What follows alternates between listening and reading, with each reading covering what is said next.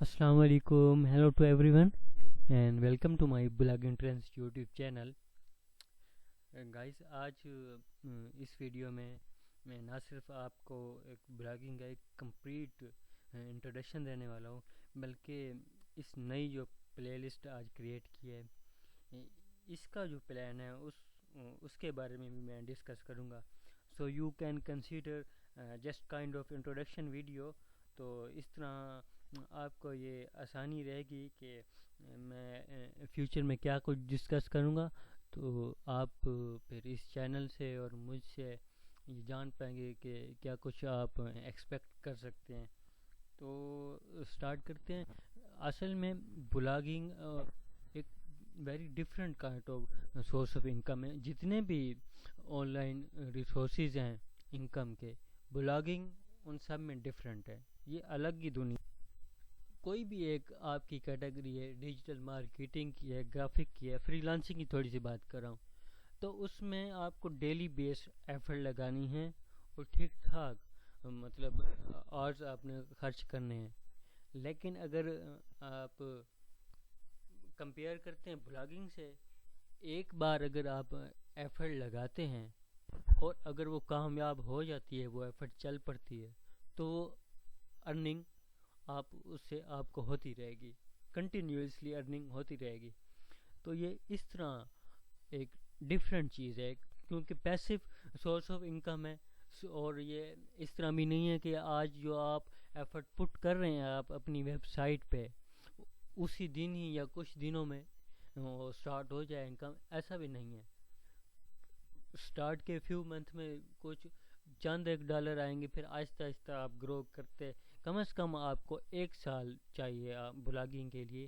1 سال آپ چاہیے. یہ آپ بلاگنگ سٹارٹ کرنا چاہتے ہیں تو پورا ایک سال کا پلان ہونا چاہیے. اور کس طرح یہ اس دوران. سیکنڈ بات یہ کہ آئی ول میک شیور کہ میری بات ہر لیول کا آدمی سمجھ سکے. جن کا آئی ٹی بیک گراؤنڈ نہیں بھی ہے، وہ بھی میری بات کو سمجھ پائیں.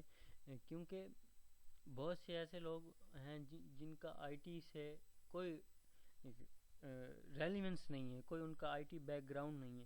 تو اس چیز کو مد نظر رکھتے ہوئے میں ٹیکنیکل لینگویج جو ہے کم سے کم یوز کروں گا اور آسان الفاظ میں، تاکہ ہر بندہ کم از کم سمجھ پائے بلاگنگ ہوتی کیا ہے. یہ کرنا نہ کرنا یہ اس پہ ڈیپینڈ کرتا ہے. اتنی سمجھ ہو کہ یہ بھی ایک دنیا ہے اور اس میں کیا کچھ ہوتا ہے.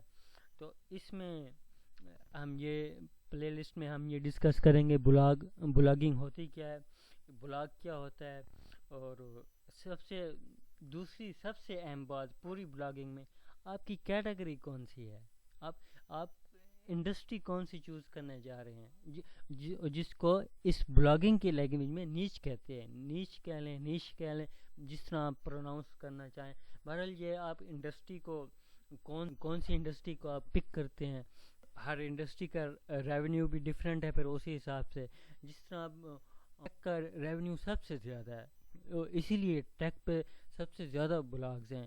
اور ہو سکتا ہے کہ دوسری کوئی نیچ بہت اچھی ہو، اور لیکن اس کا ریونیو بہت کم ہو سکتا ہے، نہیں بھی ہو سکتا ہے، نہ ہونے کے برابر بھی ہو سکتا ہے. تو یہ ڈیپینڈ کرتا ہے کیٹیگری سب سے اہم چیز رہتے ہیں. سیکھتے تو آپ ساتھ ساتھ رہتے ہیں، لیکن کیٹیگری بڑی امپورٹنٹ ہے.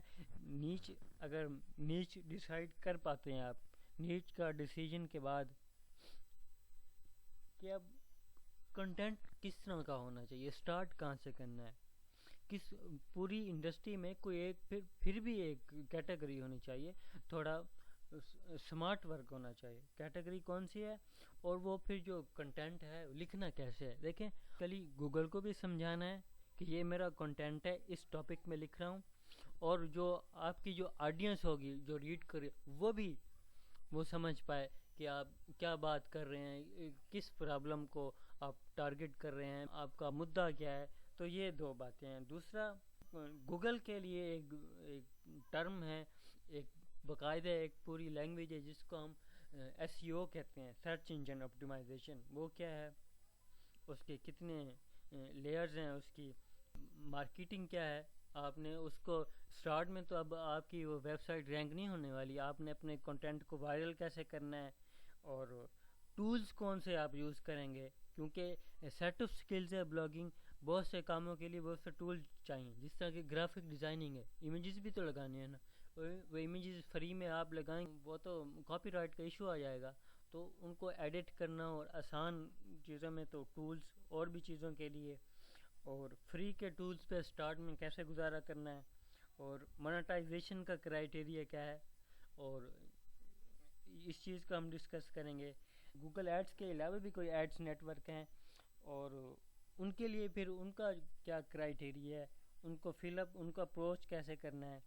تو بلاگنگ کے اور سب سے اہم بات, بلاگنگ کے ارننگ ریسورسز کتنے, ایک سے زیادہ ارننگ ریسورسز ہیں, یہ ذہن میں رکھیے گا بلاگنگ کے. ٹھیک ہے, ہو سکتا ہے آپ کوئی کسی پروڈکٹ پہ لکھ رہے ہیں, وہ پروڈکٹ بھی آپ سیل کریں, اور آپ ایفیلیٹ سے بھی کمائیں, اور گوگل ایڈ جو آپ کا ریونیو جنریٹ کرے وہ الگ سے ہو, اس سے بھی زیادہ ہو سکتے ہیں. تو یہ اپنے اپنے اوپر یہ ڈپینڈ کرتا ہے. ایفیلیٹ کو بھی ڈسکس کریں گے. ابھی تک کے لیے اللہ حافظ, ملتے ہیں نیکسٹ ویڈیو میں. تھینک یو سو مچ. اللہ حافظ.